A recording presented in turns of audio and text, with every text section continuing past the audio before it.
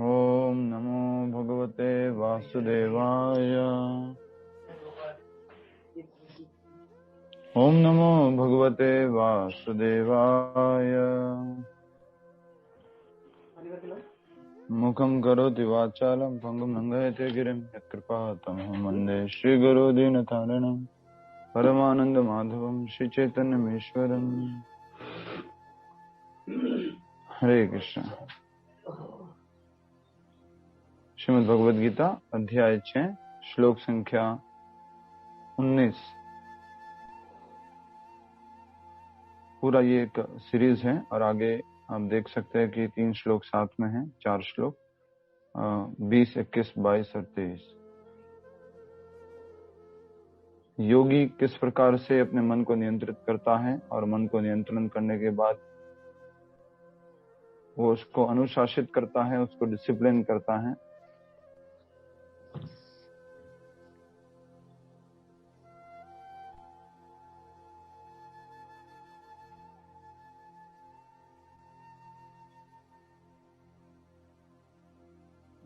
हरे कृष्ण।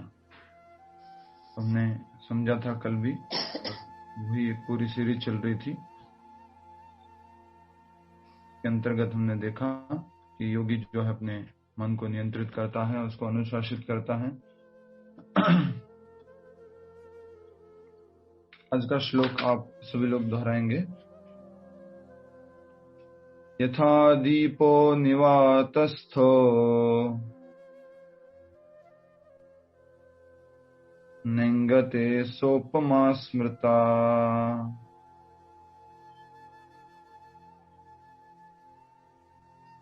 योगिनो यत चित्तस्य युञ्जतो योग आत्मनः। यथा दीपो निवातस्थो नेंगते सोपमा स्मृता योगिनो यत चित्तस्य युञ्जतो योग आत्मनः। श्लोक उच्चारण कीजिए लीना विज माता जी। हरे कृष्ण प्रभु जी। यथा दीपो निवातस्थो नेंगते सोपमा स्मृता योगिनो यच्चित्तस्य युञ्जतो योगात्मनः। हरि बोल। हरे कृष्ण। शब्दार्थ देखिएगा और इसमें जैसा कि आप देख पा रहे हैं, शब्द उदाहरण के साथ में भगवान का एक ये बहुत ही अच्छा तरीका है समझाने का, जिसमें भगवान एक प्राकृतिक उदाहरण से समझाते हैं। और यहाँ प्राकृतिक उदाहरण दिया गया है दीपक का। आज का टाइटल क्या था? योगी का मन जैसे वायु रहित स्थान में दीपक। यस, योगी का मन जैसे वायु रहित स्थान में दीपक।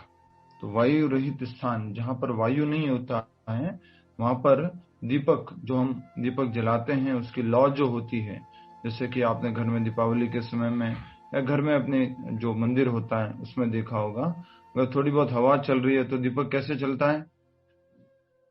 थोड़ा इधर उधर होता है ऐसे। बाहर अगर मान लीजिए बाहर है तो उसको कहेंगे फड़फड़ करता रहता है, राइट, दीपक। लेकिन घर के अंतर्गत है, हवा नहीं चल रही है, तो वह एक जैसे सीधा जलता रहता है। वैसे ही यहाँ पर योगी के मन को कंपेयर किया गया है उस वायु रहित स्थान में दीपक से।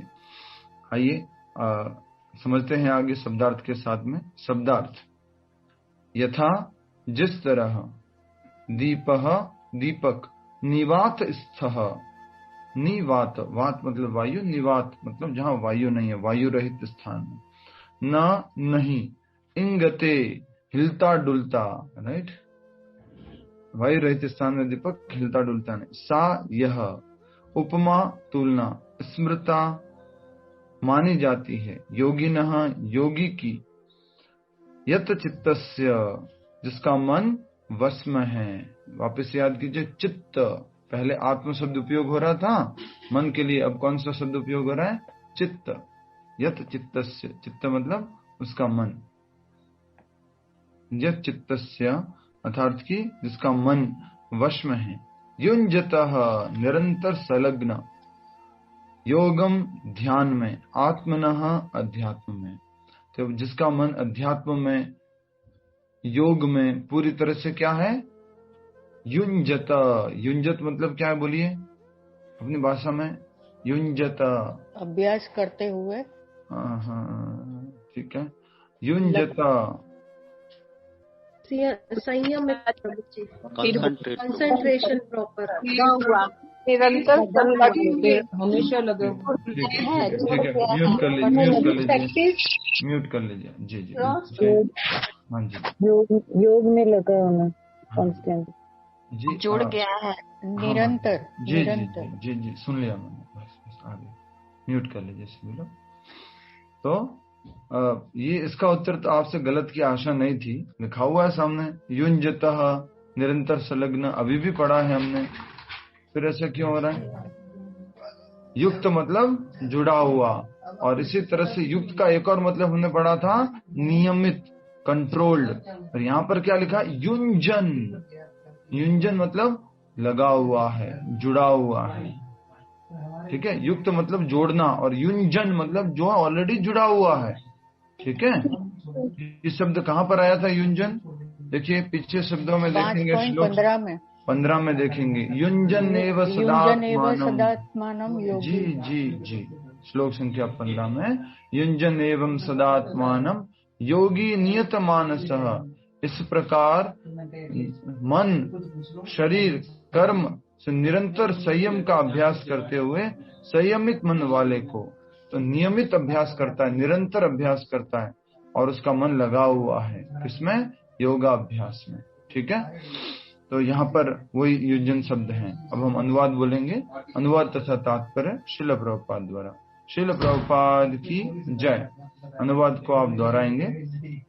जिस प्रकार वायु रहित, ये प्रकर लिखा हुआ है, हिंदी में थोड़ा देख सकते हैं आप, प्रकर नहीं है, ये प्रकार है। जिस प्रकार वायु रहित स्थान में दीपक हिलता डुलता नहीं, दोहराएंगे।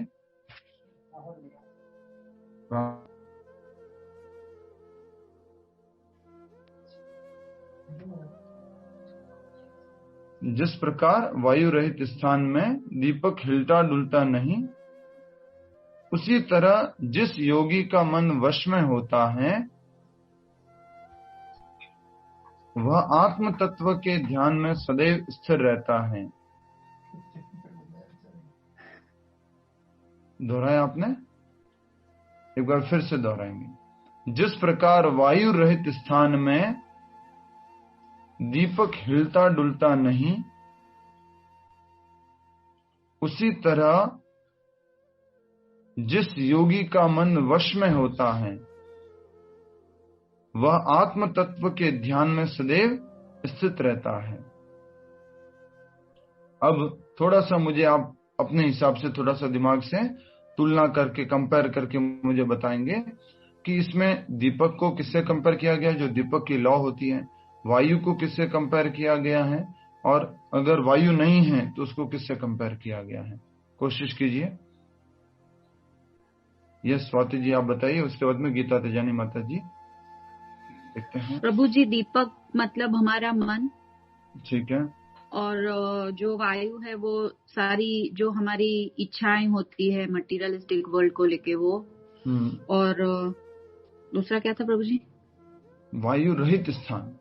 वायु रहित स्थान भगवान का साक्षात्कार, भगवान का साक्षात्कार मतलब हमारी असली पहचान जो हमें पता चले कि हम कौन है, तो वो। बहुत अच्छा, हरि बोल।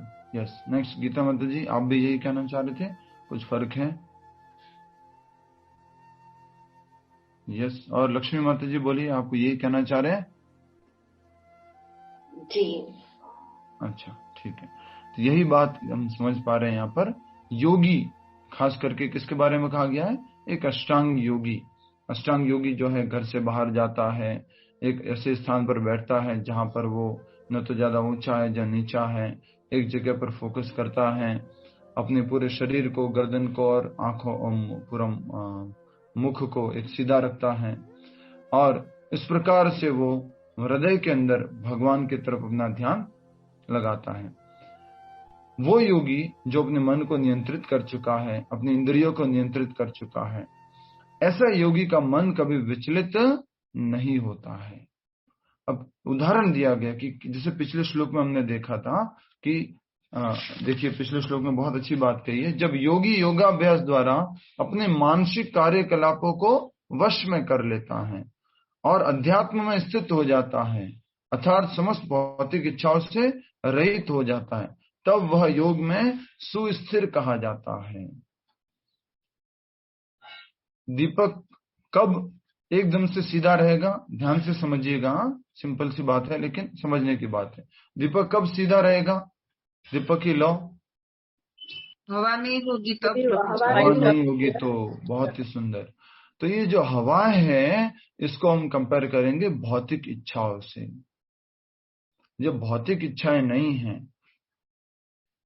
मन को नियंत्रित कर दिया, मन को अनुशासित कर दिया है, मन को क्या बोला जाता है? Thought generating machine, factory.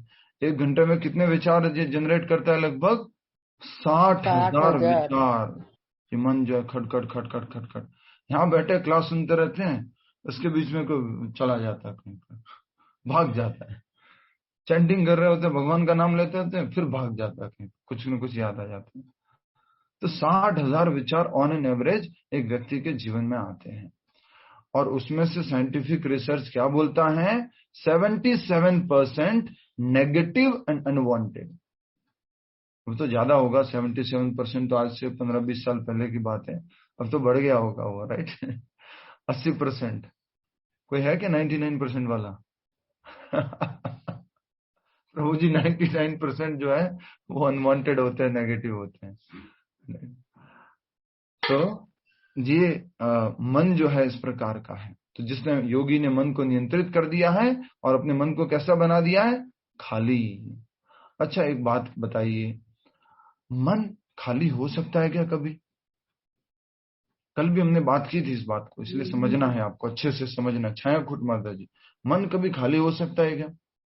नहीं। तो यहाँ पे ये क्यों लिखा हुआ कि मन खाली कर दिया उसने, वायु रहित हो गया, अर्थात की इच्छा रहित हो गया? भौतिक इच्छाएं और वो सब बंद हो जाती है। बिल्कुल सही उत्तर है। भौतिक इच्छाओं को उसने क्या कर दिया है? बंद कर दिया, अपने मन को अनुशासित कर दिया है। जैसे होता है ना, मशीन चलती रहती है, खट खट खट खट खट खट खट, मशीन को रेगुलेट कर दिया है कि ऐसे ऐसे ऐसे ऐसे प्रोडक्शन करना है, ऐसे ऐसे ऐसे ऐसे नहीं करना है, राइट? इससे पिछले श्लोक में लिखा हुआ है साफ साफ, समस्त भौतिक इच्छाओं से रहित हो जाता है। पिछले श्लोक में देखा आपने? पिछले श्लोक के अनुवाद में समस्त भौतिक इच्छाओं से रहित हो जाता है। तो जो भौतिक इच्छाओं से रहित हो गया अर्थात मन वायु रहित हो गया है। ठीक है, हरे कृष्णा। तो वायु हो गई भौतिक इच्छा है, और जो दीपक है वो क्या हो गया? मन। मन कैसा है? भगवान में स्थित हो चुका है एक तरह से। तो ये बहुत सुंदर उदाहरण दिया गया है। वह आत्म तत्व के ध्यान में सदैव स्थिर रहता, उसका मन स्थिर हो चुका है भगवान के ध्यान में, भगवान के दर्शन में, अपने आप को समझने में कि मैं आत्मा हूं। तात्पर्य देखिए, छोटा सा तात्पर्य, फिर अगले श्लोक की तरफ आगे बढ़ेंगे। 2 लाइन का। कृष्ण भावना भावित व्यक्ति अपने आराध्य देव के चिंतन में उसी प्रकार अविचलित रहता है जिस प्रकार वायु रहित स्थान में एक दीपक रहता है। अब ये क्या, कौन सी व्याख्या हो गई? कृष्णा भावना भावित व्याख्या होगी। अष्टांग योगी के लिए तो क्या था? वो मन को जो है नियंत्रित कर देता है, अनुशासित कर देता है। कृष्ण भावना भावित व्यक्ति क्या कर देता है? मन को लगा देता है। कृष्ण भावनामृत में क्या नहीं करना होता है? छोड़ना। क्या करना होता है? जोड़ना। मन को कृष्ण से जोड़ देना है। Me and my mind video अगर आपने नहीं देखा हो या फिर भूल गए हो तो दोबारा देखिएगा, मी एंड माई माइंड वाला वीडियो जो पहले भेजा गया था बहुत पहले। अच्छा, यहाँ लिखा हुआ है कृष्ण भावना भावित व्यक्ति अपने आराध्य देव। आराध्य देव कौन से हैं कृष्ण भावना भावित व्यक्ति के? आराध्य देव श्री कृष्ण, भगवान श्री कृष्ण, श्री कृष्ण। अच्छा ठीक है, बिल्कुल सही उत्तर दिया। ये उत्तर तो सबने सही दिया है, हरि बोल। तो कृष्ण भावना भावित व्यक्ति भगवान श्री कृष्ण का ध्यान करता है, उनका चिंतन करता है। अच्छा, जल्दी से बताइए, क्या चार बातें हैं भगवान श्री कृष्ण की जिनके ऊपर एक कृष्ण भावना भावित व्यक्ति चिंतन करता है? क्या चार बातें हैं, क्या चार बिंदु हैं जो भगवान कृष्ण के हैं और उनके ऊपर एक कृष्ण भावना भावित व्यक्ति चिंतन करता है? कौन बताएंगे? हाथ खड़ा कीजिए। अभी कुछ टाइम पहले हमने पढ़ा था, हाथ खड़ा कीजिए। ये श्रीनल पटेल माता जी। हरे कृष्णा प्रभु जी। एक तो भगवान के चरण, थोड़ा सा आई थिंक शुरुआती थोड़ी सी डायरेक्शन चेंज हो गया है। ये सुषमा माता जी अजमेर से, बोलिए। यस माता जी बोलिए। मैं बताऊं? यस वंदना माता जी बोलिए। 4 आश्रम और 4 वर्ण में वो भगवान के है क्या माता जी? वो भगवान के है क्या 4 वर्ण और 4 आश्रम? मनुष्य का है वो तो प्रभु जी। यस। शास्त्र, मंत्र और तंत्र और नहीं यंत्र, नाम, रुक जाइए। रूप, गुण, लीला, नाम। हाँ, ABCD। कुछ मन से बोलते रहो, थोड़ा पढ़ लिया करो, थोड़ा देख लिया करो। सुषमा माता जी ने बहुत अच्छा उत्तर दिया। गुण, रूप, नाम और लीला। हाँ, ध्यान रहता है। कौन से श्लोक में बताया गया है? कौन बताएगा ये? गुण, रूप, नाम और लीला। हरे कृष्ण। कौन से श्लोक में सीखा था ये हमने? गुण, रूप, नाम और लीला, बताइए।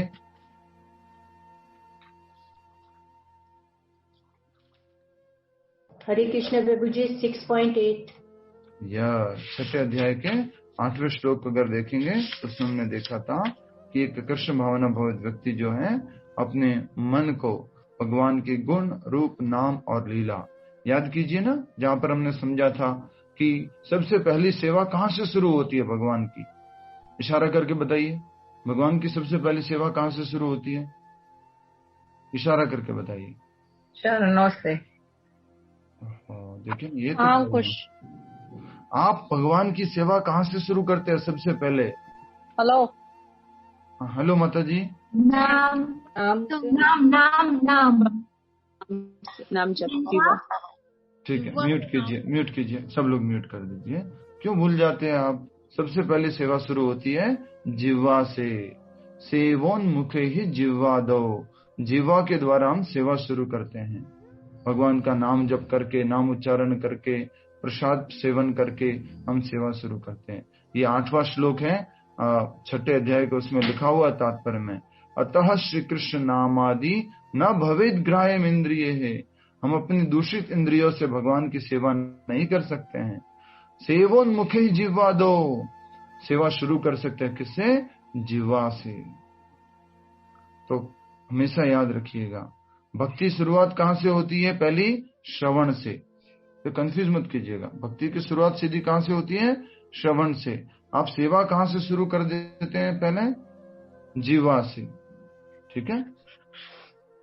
भगवान के दर्शन कैसे करते हैं? चरणों से। सब मिक्स हो गया था। भगवान का दर्शन चरणों से प्रारंभ करते हैं। और भक्ति की जो शुरुआत कहां से होती है? श्रवण के माध्यम से। आप सेवा कैसे शुरू करते हैं? जिह्वा के द्वारा, नाम जप के द्वारा, प्रसाद सेवन के द्वारा। हरे कृष्ण। तो ये आज का जो श्लोक था 19 नंबर का श्लोक, इसमें हमने देखा कि कृष्ण भावना भावित व्यक्ति अपने आराध्य देव भगवान श्री कृष्ण, उनके गुण, उनके जो गुण हैं भगवान के 64 गुण हम समझते हैं, 64 क्वालिटीज ऑफ कृष्णा। तो वो गुण, रूप भगवान का बहुत ही सुंदर रूप है। जैसे कल नित्यानंद प्रभु जी का आविर्भाव दिवस है। नित्यानंद प्रभु जो बलराम जी के अवतार है, चैतन्य महाप्रभु जो कृष्ण के अवतार हैं।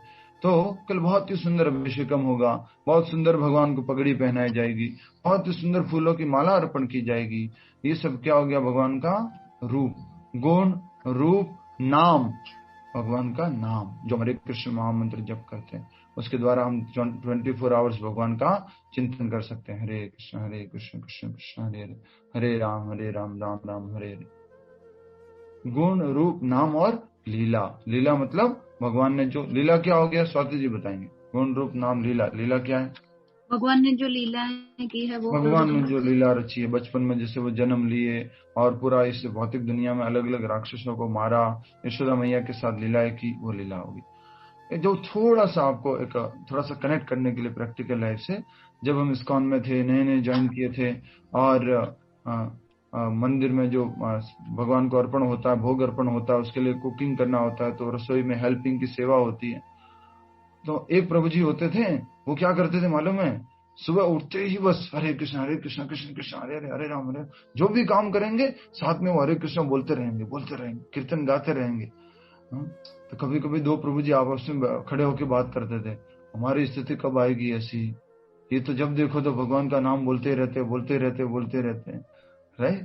तो ये जो है गुण रूप नाम और लीला। नाम मतलब हमेशा नाम का उच्चारण करते रहते हैं। लीला कि भगवान की ये लीला हुई है, तुरंत कुछ भी हो उस लीला को याद कर लेना कि भगवान ने भी ऐसा किया था।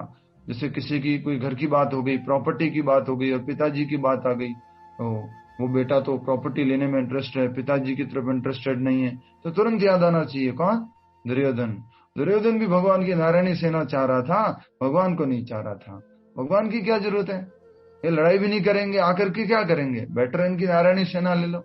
हम भी उसी प्रकार से हैं, भगवान की वस्तु है, भगवान के संसार को हम चाहते हैं लेकिन भगवान को नहीं चाहते हैं। ठीक है। अच्छा, बचपन से आप सुनते आए हैं, आजकल सुना होगा राम राज्य, इसको समझ लीजिए। हम सब लोग कहते हैं राम राज्य होना चाहिए, राम राज्य होना चाहिए, बट बिना राम के राम राज्य नहीं होगा, ये याद रखना। बिना राम के राम राज्य नहीं होगा। हम सब लोग क्या चाहते हैं, राम जी नहीं हो और राम राज्य हो। राम जी के समय जो खुशहाली थी, जो धन संपत्ति थी, जो वैभव था, वो सब कुछ हो, लेकिन राम जी नहीं होने चाहिए। कोई नियम कायदे नहीं होने चाहिए, कुछ कानून नहीं होना चाहिए, कुछ मर्यादा नहीं होनी चाहिए। ये सब हम सोचते हैं। जब राम जी होंगे तभी राम राज्य होगा। ठीक है। आइए अब हम आगे बढ़ते हैं। श्लोक संख्या 20, 21, 22 और 23। आशा करता हूं आपको समझ में आ गया है। बहुत ही सरल भाषा में भगवान ने एक योगी के मन की स्थिति को बताया है, और वो है जिससे वायु रहित स्थान में दीपक। ठीक है।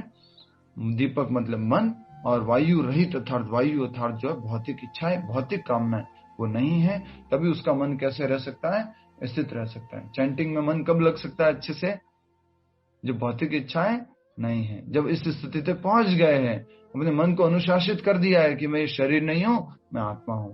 हरे कृष्ण कृष्ण कृष्ण हरे हरे, हरे राम राम।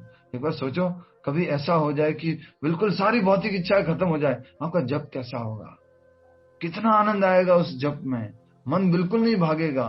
और कभी कभी अगर आपने एक्सपीरियंस किया हो ऑलरेडी, कभी कभी हो जाता है, किसी दिन जप अच्छा होता है, क्या जप हुआ है, तो इतना संतुष्टि फील होता है। कभी कभी जप बहुत अच्छा होता है, मतलब माइंड इधर उधर भागा ही नहीं, हरे कृष्ण कृष्ण कृष्ण हरे हरे राम राम राम हरे हरे। और उस आपकी जानकारी के लिए, जब मन इधर उधर नहीं भागता ना, आपको लगता है अच्छा है, तो लगता है कि 3 मिनट में जप हो गया, क्योंकि मन भागता नहीं है इधर। मन भागता है तो देखते रहते हैं, खास करके वो माला का वो जब बीड बैग होता है ना, बीड बैग में नीचे हाथ लगा के जाते हैं, दिखता तो नहीं है कहां तक पहुंचा, हरे कृष्ण कृष्ण हरे राम राइट। वो कहाँ रह गया बोले, अभी तक आया नहीं, वो सुमेरु कहाँ रह गया बोले, अभी तक। तो ये सब क्यों होता है, जब मन हमारा विचलित होता है, तो इसलिए होता है ये, राइट। हरे कृष्ण। आइए हम श्लोक संख्या 20, 21, 22 और 23 को समझने का प्रयास करते हैं। श्रील प्रभुपाद की जय। श्लोक संख्या 20, 21, 22, 23 दोहराएंगे। हरि बोल, हरे कृष्ण। श्रील प्रभुपाद की जय। दोहराएंगे आप सभी लोग इस श्लोक को। यत्रो परमते चित्तम निरुद्धं योग सेवया, यत्र चैवात्मनात्मानं पश्यन्नात्मनि तुष्यति। नेक्स्ट। सुखम अत्यंतिकं यत्तद् बुद्धि ग्राह्यम् अतीन्द्रियम् वेत्ति हि यत्र न चैवायम् स्थितः चलति तत्त्वतः यम् लब्ध्वा चापरं लाभम् मन्यते नाधिकं ततः यस्मिन् स्थितो न दुःखेन गुरुणापि विचाल्यते तं विद्या दुःखं संयोगम् वियोगम योग संगीतम।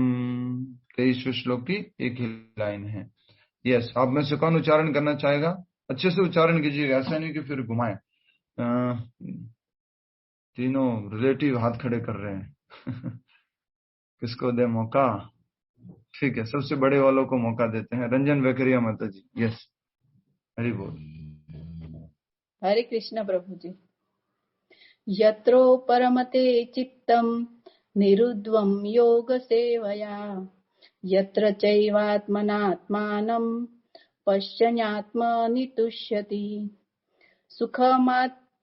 सुखमात्यन्तिकं यत्तत् बुद्धिग्राह्यमतीन्द्रियं चेत् वेत्ति यत्र न चैवायं स्थितश्चलति तत्त्वतः यं लब्ध्वा चापरं लाभं मन्यते नाधिकं ततः यस्मिन् स्थितो न दुःखेन गुरुणापि विचाल्यते तं विद्या दुःखः संयोग वियोगं योग संगीतम्।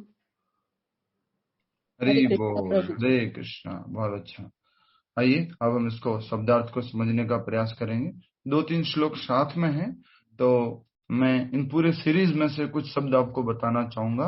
वो यही है, श्लोक संख्या आप देखेंगे शब्द जो है 21 और 22, ये दो हैं। इनकी स्टार्टिंग के दो शब्द जो है वो याद कर लीजिए, 21 और 22 के। सिंपल है। एक तो है सुखम अत्यंतिकम यत्तद। सुखम अत्यंतिकम, सुखम अत्यंतिकम पहला शब्द है श्लोक संख्या 21 का। और फिर श्लोक संख्या 22 का पहला शब्द है यम लब्ध्वा चापरम लाभम। यम लब्ध्वा चापरम लाभम।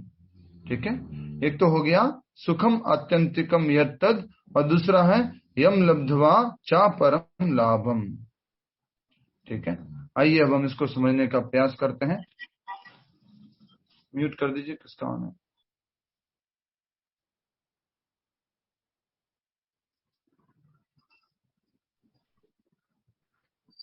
शब्दार्थ हमारे साथ साथ इसको समझेंगे, उच्चारण करेंगे।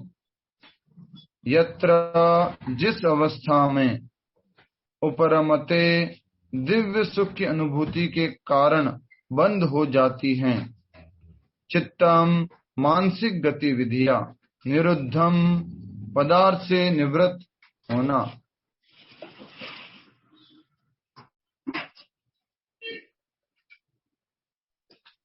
यस, पदार्थ से निवृत्त होना। माइक म्यूट कर दीजिए मनु प्रभाकर जी। यस।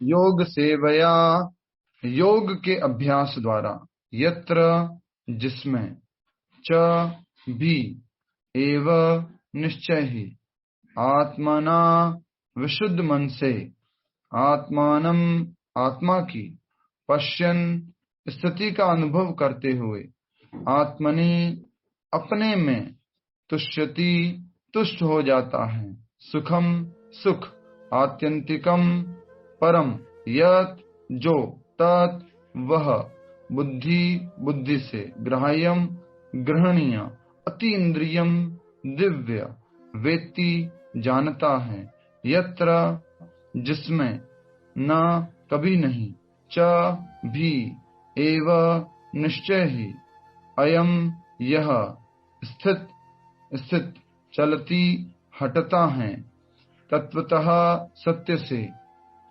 यम जिसको, लब्ध्वा प्राप्त करके, च तथा, अपरम अन्य कोई, लाभम लाभ, मन्यते मानता है, न कभी नहीं, अधिकम अधिक, ततः उससे, यस्मिन जिसमें, स्थितः स्थित होकर, न कभी नहीं, दुखेन दुखों से, गुरुणापि अत्यंत कठिन होने पर भी, विचालयते चलायमान होता है, तम उसको, विद्यात जानो, दुख संयोगा भौतिक संसर्ग से उत्पन्न दुख, वियोग उन्मूलन को, योग संगीतम योग में समाधि कहलाने वाला। जी थोड़ा सा बड़ा है। हरे कृष्णा, हरि बोल। कोई बात नहीं, हम समझने का प्रयास करेंगे। अच्छा, अष्टांग योग की लास्ट स्टेप क्या है बोलिए? 8 योगों में से लास्ट स्टेज क्या अष्टांग योग की? साधना। साधना, बहुत सही उत्तर दिया है और उसके लिए आपका धन्यवाद। थोड़ा सा धीरज रखा कीजिए, उत्तर गलत है आपका। यस, समाधि। समाधि तो क्या हो गया? समाधि। समाधि जो है वो अष्टांग योग का अंतिम स्टेप है। अब यही बताया जा रहा है कि ये सब उसने मन को नियंत्रित कर दिया है। दीपक जैसे कि एक वायु रहित स्थान में होता है, वैसे ही उसका मन समाधि में स्थित हो जाता है। तो समाधि की अवस्था कैसी होती है वो यहाँ पर हम देख पाएंगे इन श्लोकों के माध्यम से। ठीक है, हरे कृष्णा। अब अनुवाद पढ़िए, दोहराएंगे, मेरे पीछे दोहराएंगे, प्लीज रिपीट कीजिएगा। सिद्धि की अवस्था में जिसे समाधि कहते हैं, मनुष्य का मन योगाभ्यास द्वारा भौतिक मानसिक क्रियाओं से पूर्णतया संयमित हो जाता है। इस सिद्धि की विशेषता यह है कि मनुष्य शुद्ध मन से अपने को देख सकता है और अपने आप में आनंद उठा सकता है। उस आनंदमय स्थिति में वह दिव्य इंद्रिय द्वारा असीम दिव्य सुख में स्थित रहता है।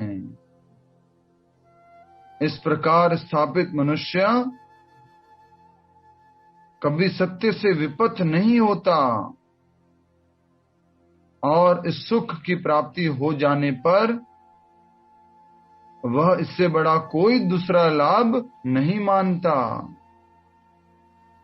ऐसी स्थिति को पाकर मनुष्य बड़ी से बड़ी कठिनाई में भी विचलित नहीं होता। यह निसंदेह भौतिक संसर्ग से उत्पन्न होने वाले समस्त दुखों से वास्तविक मुक्ति है। तो भौतिक इंद्रिय संपर्क से क्या उत्पन्न होती है? दुख उत्पन्न होते हैं। जब हमारी इंद्रिय भोग के संपर्क में आती है, इंद्रिय विषयों के संपर्क में आते हैं और इंद्रिय भोग करते हैं, तो क्या होता है? दुख होता है। राइट। अच्छा, जल्दी से बताइए, याद करके भूल गए आप, कौन से श्लोक में भगवान ने ऐसा बोला है कि जब इंद्रिय भोग करेंगे तो दुख होगा? इंद्रिय भोग के साथ में क्या है? दुख का पैकेजिंग होता है। जैसे कि एक गोबर के ऊपर आइसिंग कर दिया, उसके ऊपर एक चेरी डाल दिया, वैसा का वैसा ये इंद्रिय भोग होता है। बताइए, सीधा का सीधा श्लोक है।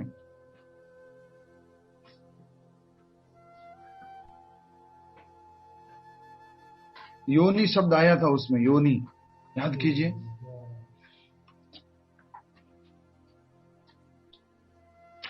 पांचवें अध्याय का लास्ट सीरीज में आता है ये। यस प्रभु जी, 5.22 तो नहीं? 5.22 माता जी ने बताया। 5.22 यस, देख लेते हैं। 22 यस, बिल्कुल सही उत्तर है। सभी लोग देखिए, 5.22 देखिए, अच्छे से समझना है। ये पूरे 5 श्लोक है ना, 4 श्लोक एक साथ है तो इनको हम समय दे रहे हैं। क्या लिखा है श्लोक संख्या 22 में? यस स्वीटी माता जी बताइए, 22 में क्या लिखा है? बुद्धिमान मनुष्य दुख के कारणों में भाग नहीं लेता, जो कि भौतिक इंद्रियों के संसर्ग से उत्पन्न होते हैं। यस, दुख किससे उत्पन्न होता है? भौतिक इंद्रिया जब इंद्रिय विषयों के संपर्क में आते हैं तो कुछ समय के लिए तो हमें लगता है सुख है, लेकिन बाद में वो क्या होता है? सारा दुख होता है। और इसके लिए कौन सा एग्जाम्पल समझते थे? याद कीजिए, दुख योनय एवते। कौन सा एग्जाम्पल हम समझते थे? किसी को याद आया? बताइए बताइए, कौन सा एग्जाम्पल समझते थे? दुखालय एग्जाम्पल माता जी, एग्जाम्पल भूल गए आप लोग, ऐसा क्यों करते हैं? प्रभु जी, वो राजा का जो पुत्र, उसके पुत्र नहीं होता है और नहीं, वो तो बात ठीक है। एग्जाम्पल कौन सा समझते हैं हम? हमारे जीवन से संबंधित बताइए। प्रभु जी, छोटी सी शहद की बूंद के लिए जो आप बताते हैं। नहीं प्रभु, वो प्रभु जी ज्यादा भोजन करने के बाद भी माँ के गर्भ में जो बच्चा होता है वो बिल्कुल कष्ट में होता है। ओहो, आप कैसे भूल गए? लीना विज माता जी ने थोड़ा सही बताया है। अरे रसगुल्ला याद क्यों नहीं आ रहा आपको? रसगुल्ला भूल गए?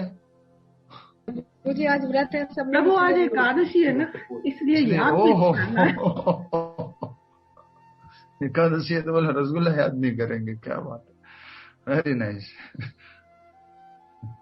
तो याद कीजिए, ये ही संस्पर्शजा भोगा दुख योनये एवते। जब इंद्रिया और इंद्रिय विषय संपर्क में आते हैं तो दुख को जन्म देते हैं। योनि मतलब माँ का गर्भ, जैसे बोलते हैं ना, तो माँ का गर्भ बच्चे को जन्म देते हैं। उसी प्रकार से इंद्रिय और इंद्रिय विषय जब संपर्क में आते हैं तो किसको जन्म देते हैं? दुख को जन्म देते हैं। हाँ, इंद्रिया ने देखा रसगुल्ला, अब बोल रहे मेरे को मिलेगा कि नहीं मिलेगा। पहला दुख तो वहीं चालू हो गया, मुझे मिलेगा कि नहीं मिलेगा। चलो मिलेगा तो एक ही मिलेगा, दो मिलेगा, राइट? मिल गया, उसके बाद में खाना शुरू कर दिया। अब एक ही खाऊंगा कि कितने खाऊंगा? अब वो एक ही बोल रहा है कि एक व्यक्ति को एक ही मिलेगा। जैसे आज हमारे एकादशी स्वीट्स में लिखा हुआ था 2 लड्डू पर व्यक्ति के। आज हमारे मंदिर में, आश्रम में वो बोर्ड में लिखा हुआ था, हर एक प्रभु जी को 2 लड्डू मिलेंगे, बस, उससे ज्यादा नहीं। तो दो से ज्यादा चाहिए तो मुझे 2 ही मिलेंगे बस। हाँ, मुझे तो भूख बहुत ज्यादा लगी है। फिर उसका दुख, खा लिया, उसके बाद जीभ के स्वाद में और खा लिया और खा लिया और खा लिया, उस खाने के बाद का दुख। और मान लीजिए खा नहीं पाए, 8 खाने थे, 10 खाने थे, खा कितने पाए?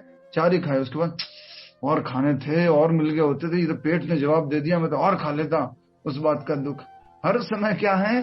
दुख है। दुख योनय एवते। तो इसलिए मैं उस श्लोक पे लेके गया, हमेशा कनेक्ट किया कीजिए तो जल्दी से आपको समझ में आएगा।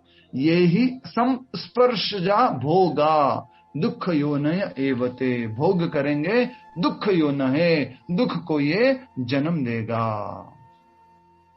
ठीक है, अब देखिए, अब हमने इसे लास्ट लाइन में यही पढ़ा है आज जो श्लोक पढ़ रहे हैं।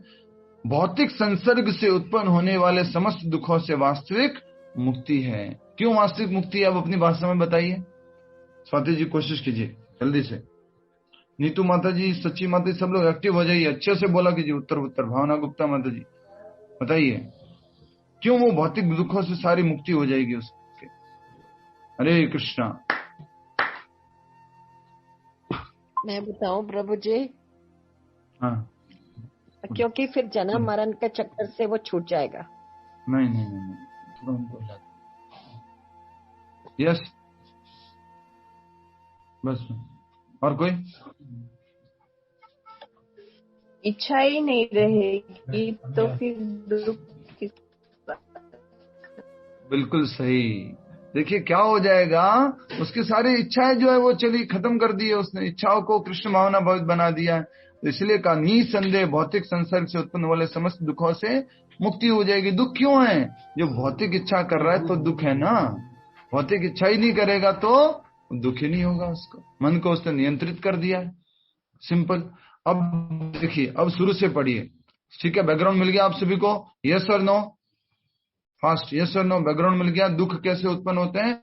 इंद्रिया और इंद्रिय विषय संपर्क में आते हैं तो उससे दुख उत्पन्न होता है जब संपर्क में आते हैं। ये ही संस्पर्शजा, स्पर्श करते हैं तो दुख का जन्म होता है। स्पर्शजा, बट प्रभु जी, ये तो तब होता है ना जब शरीर होता है। तो जब हम ऐसा प्रयत्न कर रहे हैं कि हमारा शरीर जन्म मृत्यु के हम बंधन से छूट जाएंगे, तो ये सब चीजें होंगी ही नहीं। तो जो हमने आंसर बताया था वो तो सही था ना प्रभु जी? नहीं माता जी, तो ये शरीर में रहते हुए उस स्थिति की बात हो रही है। जब हम शरीर में स्थित हैं तब की बात है ये। ठीक है, आइए अब हम तात्पर्य को समझ, अनुवाद को अच्छे से समझ लेते हैं। सिद्धि की अवस्था में, सिद्धि किसकी होगी? योग में सिद्धि। योग में टॉप मोस्ट सिद्धि क्या है? समाधि। तो योग सिद्धि की अवस्था में जिसे समाधि कहते हैं, व्यक्ति पूरी तरह से अपने मन को परमात्मा में एकाग्रचित कर चुका है, अपने आप में ये समझ चुका है कि मैं आत्मा हूं, और उसी तरह के वो विचार, उसी तरह की सोच उसके मन में प्रकट होती है। कोई भी भौतिक इच्छा प्रकट नहीं होती है। तो उसको क्या कहते हैं? समाधि। मनुष्य का मन, अच्छा ये समाधि कैसी होती है? देखिए, आज तक आपने सुना था समाधि समाधि समाधि। ये समाधि में उसका मन कैसा होता है? मनुष्य का मन योगाभ्यास के द्वारा भौतिक मानसिक क्रियाओं से पूर्णतया संयमित हो जाता है।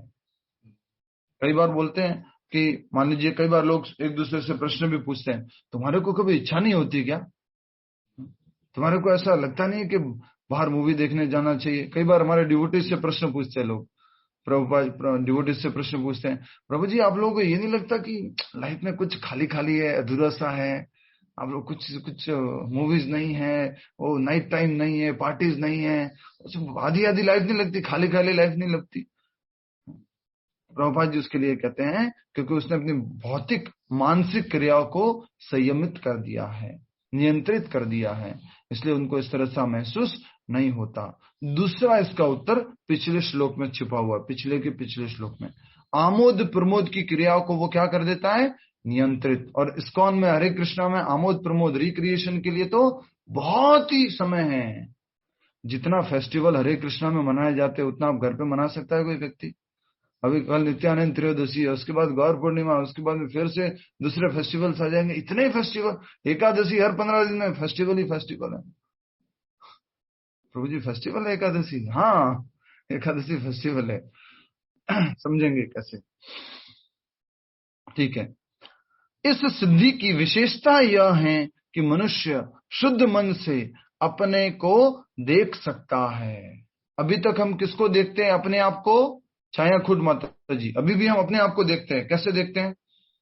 शरीर के द्वारा, शरीर के रूप में। शुद्ध मन प्योर हो जाएगा, मन का सारा कलमश धुल जाएगा, सफाई हो जाएगी, तब हम किसको देख पाएंगे? अपने आप को। अभी तक तो हम ऊपर जो कवरिंग चढ़ी हुई है उसको बोलते हैं ये मैं हूं।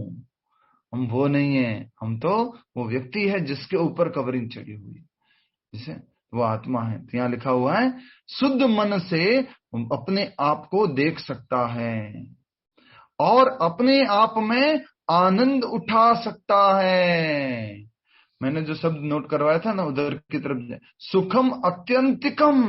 अत्यंतिकम शब्दार्थ देख लीजिए एक बार, शब्दार्थ देखिए श्लोक संख्या 21 का पहले लाइन में। सुखम, सुखम मतलब सुख, अत्यंतिकम परम। कौन से सुख का अनुभव करता है वो? परम सुख का अनुभव करता है। सुखम आत्यंतिकम। फिर उसके बाद में क्या कहा गया? अपने आप में आनंद उठा सकता है। उस आनंदमय स्थिति में वह दिव्य इंद्रियों द्वारा असीम सुख में स्थित रहता है। वापस से शब्द आ गया है, दिव्य इंद्रिया। एक होती है भौतिक इंद्रिया और एक होती है दिव्य इंद्रिया। भौतिक इंद्रिया इस शरीर की इंद्रिया, दिव्य इंद्रिया किसकी इंद्रिया होगी? बोलिए। यस, आत्मा की इंद्रिया, हमारी इंद्रिया आत्मा की आध्यात्मिक इंद्रिया है। तो दिव्य इंद्रियों द्वारा असीम सुख में स्थित रहता है। कितना सुख? बोलिए, जल्दी से बोलिए, कितना सुख? अनलिमिटेड। अनलिमिटेड, असीम सुख।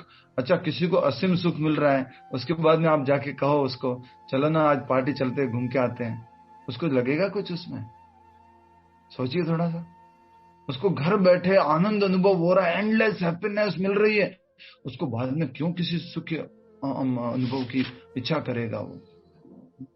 ऐसे श्लोक कोई बता सकता है? 5वें अध्याय में कहीं पर आया था कि उसको एक पूरा सुख मिल जाता है, ऐसा सुख मिल जाता है सॉरी, जो अश्नुते, जो कभी खत्म नहीं होता है, अमृतम, पूरा से एकदम दिव्य है।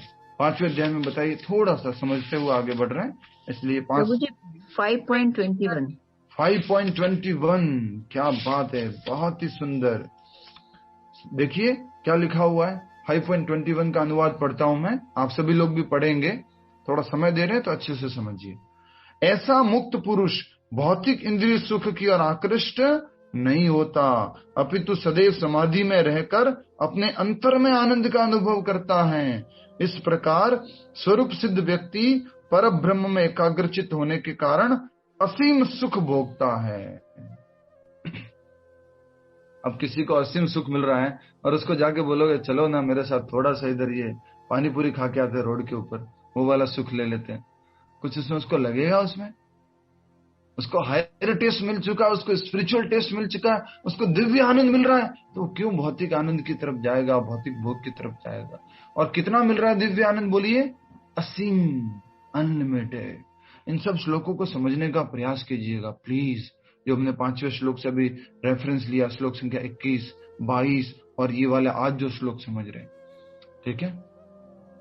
नेक्स्ट, ये क्या कह रहे हैं प्रभु जी आज? किसी ने लिख के भेजा, प्रभु जी आज मत याद दिलाइए पानी पूरी का गोविंदा, ठीक है, कल याद कर लीजिएगा, भगवान को भोग लगा के प्रसाद पा लीजिएगा लास्ट में।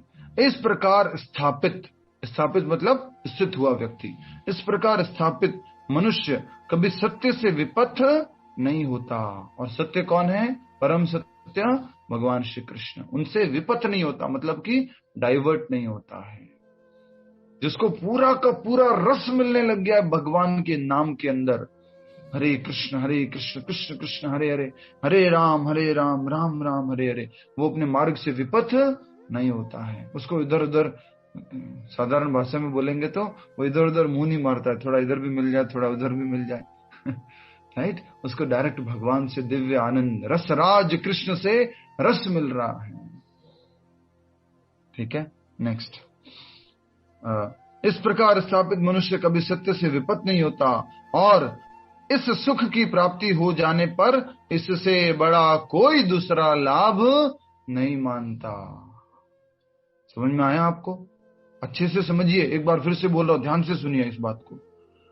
हम सब लोग इस दुनिया में घर बना रहे हैं या गाड़ियां लेके आ रहे हैं या कंपनी खोल रहे हैं या बिजनेस व्यापार सब बढ़ा रहे हैं, क्या प्राप्त करने के लिए? बोलिए, क्या प्राप्त करने के लिए? सुख या खुशी को प्राप्त करने के लिए।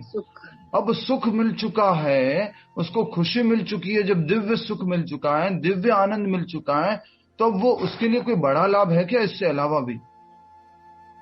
नहीं।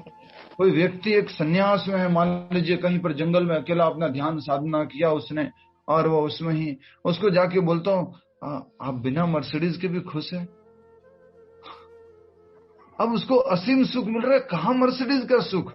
वो मर्सिडीज का सुख नहीं है, उसको मर्सिडीज की जगह वो मिर्ची लगती है, मर्सरी लगती है उसको दिव्य आनंद मिल रहा है, बड़ा सुख मिल रहा है, तो उसको कहां पर वो उसका सुख लगेगा? सोचिए, ये बहुत सुंदर बात है। अच्छा, हरे कृष्णा, प्लीज थोड़ा सा कॉन्सेंट्रेट कीजिए, म्यूट कीजिए शकुंतला माता जी, थोड़ा सा ध्यान दीजिए, एक लाइन और बची है बस, थोड़ा सा ध्यान दीजिए, अटेंशन। देखिए, अगर पूर्ण लाभ मिल चुका है, उसको पूर्ण सुख मिल चुका है, इससे बड़े और कोई लाभ की आवश्यकता है क्या? किसी को पूर्ण सुख मिल चुका है, उसके बाद में अगर कोई ये कहे कि उसको और भी कुछ जीवन में वस्तु की आवश्यकता है, और भी उसको लाभ चाहिए, और लाभ क्यों चाहिए? क्या करेगा और लाभ का? जब उसको संतुष्टि मिल चुकी है, उसको सेटिस्फेक्शन मिल चुका है, जब उसको खुशी मिल चुकी है, तो और क्यों चाहिए उसको? इसलिए साधारण भाषा में हम सब लोग क्या बोलते हैं? ये तो इन सब से ऊपर उठ चुके हैं, राइट। भौतिक सुख, भौतिक इंद्रिय भोग, इनसे तो सब ऊपर उठ चुके हैं, ये सब क्या है? टेम्पररी है, सब समझ गए, उनको तो पूरा का पूरा लाभ मिल चुका है। इसलिए आपके क्विज में प्रश्न आएगा, वास्तविक लाभ क्या है? वास्तविक लाभ क्या है? ऑप्शन ए 5 बेडरूम का घर, वर्ली सी फेस, मुंबई। ऑप्शन बी बुर्ज खलीफा के टॉप फ्लोर पे घर, swimming pool, helipad. Swati ji बोल रहे हैं यस यस चाहिए। नहीं प्रभु जी, वो लॉकडाउन था ना तो वीडियो बने थे, वो ऑप्शन ए घर पे रहना है, बीवी के साथ काम करना है, तो वो बंदा पहले से बी बी बी जो भी ऑप्शन, तो मैं सी बोल रही हूँ ऐसे। अच्छा, नेक्स्ट सी पे आ गए आप, ओके। ये ऑप्शन ही उसको पसंद नहीं आया, घर पे रह के बीवी के साथ काम करना, ये तो सुनना ही नहीं, पूरा बी चाहिए सीधा। सी, वेरी नाइस। सी ऑप्शन है बड़ी बड़ी गाड़ियां, बड़ा बड़ा धन संपत्ति, बड़ा व्यापार, बड़ा नाम, ये सब। डी ऑप्शन ये है असीमित सुख। क्या है ऑप्शन, फिर उत्तर क्या है? चौथा। अब इसको थोड़ा सा कंपेयर कीजिए कि जिस व्यक्ति के पास बहुत बड़ी गाड़ियां है, बहुत बड़ा घर है, क्या उसके पास असीमित सुख है? असीमित तो छोड़िए, सीमित सुख भी मुश्किल हो जाता है, नींद आना मुश्किल हो जाता है। मैंने सुना है कि माता जी के यहाँ गया था, वंदना माता जी की, तो माता जी थोड़ा सा बस बता रहे थे उदाहरण के लिए, हमारे भारत के बड़े जो रिच पर्सन हैं, जो गुजरात के व्यक्ति हैं, मुंबई में रहते हैं, उनका अपना बड़ा घर है, जब वो एक मंदिर विजिट करने के लिए जाते हैं तो पहले उनके सारे बॉडी गार्ड वगैरह सब कुछ वहां चले जाते हैं, वो सब जाके खड़े हो जाते हैं, और उसके बाद में सिक्योरिटी सिस्टम वगैरह चेक होता है, उसमें फिर वो ऐसे ऐसे गर्दन इधर उधर उधर उधर करते करते करते किधर वहां पहुंचते हैं। जैसे चिड़िया होती है ना, उसको हमेशा डर रहता है, आगे पीछे सर किधर से अटैक ना हो जाए। वैसे ही इतना धन संपत्ति वैभव, क्या लगता है? डर लगता है, खोने का डर लगता है, आसक्ति हो गई है। तो असीमित सुख जो है, अध्यात्म में असीमित सुख जब मिल जाएगा, वो लाभ मिल गया, उसके बाद तो और लाभ की क्या आवश्यकता है। इसके ऊपर कहानी है, मुझे कल थोड़ा याद दिला दीजिएगा, लास्ट लाइन पढ़ लेता हूं, कल याद दिलाइएगा। ऐसी स्थिति को पाकर मनुष्य बड़ी से बड़ी कठिनाई में भी विचलित नहीं होता। अच्छा, स्टोरी मैंने सुना चुका हूं कि ये वाली जल्दी से याद दिलाइए, ये अभी सुना नहीं, अभी तो टाइम हो गया। बोटमैन, सॉरी मछुआरा जो नदी के पास में सोता रहता है, सुना चुका हूं मैं।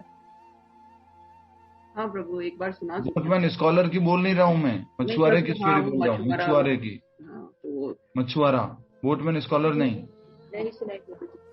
सुनाई तो है पर याद नहीं है, ठीक है, सुनाएंगे कल। 2 स्टोरी है, सुनाएंगे कल। 3-4 श्लोक एक साथ है ना, तो 2-3 सुनाने चाहिए, ठीक है। तो ऐसी स्थिति पाकर मनुष्य बड़ी से बड़ी कठिनाई में भी विचलित नहीं होता। यह निस्संदेह भौतिक संसर्ग से उत्पन्न होने वाले समस्त दुखों से वास्तविक मुक्ति है, मुक्त हो चुका है। इंद्रिय संपर्क में आने से जो दुख प्रकट होते हैं, वो उनसे मुक्त हो चुका है, दिव्य सुख को, दिव्य आनंद को प्राप्त कर चुका है। आप सभी से निवेदन करता हूं मैं, हाथ जोड़कर, आप कम से कम इस श्लोक के ऊपर 2 बार 3 बार मेडिटेट कीजिएगा, तब आपको इसका वैल्यू मालूम पड़ेगा। 2-3 बार देखिएगा। जैसे वो माता जी का वीडियो भेजा था ना मैंने, वृंदावन में माता जी, फॉरेनर माता जी, याद है, देखा था आपने फॉरेनर माता जी का इंटरव्यू वृंदावन में, राइट? तो कैसे वो कंटेंटेड हो गई है, कैसे वो सुख में स्थित हो गई है। वैसे मैंने एक बार नहीं लिखा, मैंने 2-3 लोगों को तो लिखा था, जरूर 2 बार देखे इस वीडियो को 3 बार देखे इसको, थोड़ा सा इसमें देखिएगा, ये कौन सी स्टेट है भैया, ये समाधि की स्टेट है, ये टॉप मोस्ट स्टेट है, जब मनुष्य का मन पूर्ण रूप से भगवान में स्थित हो जाता है, तब उनको भौतिक सुख, इधर उधर के अट्रैक्शन विचलित नहीं करते हैं। वो बहुत बड़ी माया की नगरी में भी चला जाएगा तो भी उसको कोई विचलित नहीं कर पाएगा। श्रील प्रभुपाद जी अमेरिका गए, हिपीज के बीच में रहे, लेकिन बिल्कुल भी विचलित नहीं हुए, अपना कार्य किए, फोकस रहे। ठीक है, आइए हम पहले जाप कर लेते हैं, फिर 1-2 प्रश्न भी ले पाएंगे। आज एकादशी है, सभी लोग साथ में बने रहिएगा, अधिक से अधिक हमें जाप करना चाहिए। आशा करता हूं आज आपने किया है। कल वराह द्वादशी है, कल वराह भगवान जो है, वो रूप में भगवान का जो इनकारनेशन हुआ था, पृथ्वी को जो समुद्र तल से बाहर निकाला था, जो हिरण्यकशिपु का भाई था हिरण्याक्ष, उसने पृथ्वी को उठाकर जमीन में समुद्र में फेंक दिया था, वहां से उठा के निकाला था भगवान ने। उन भगवान का नाम है वराहदेव, वराह भगवान। ठीक है, कल उनका आविर्भाव दिवस है। पर परसों नित्यानंद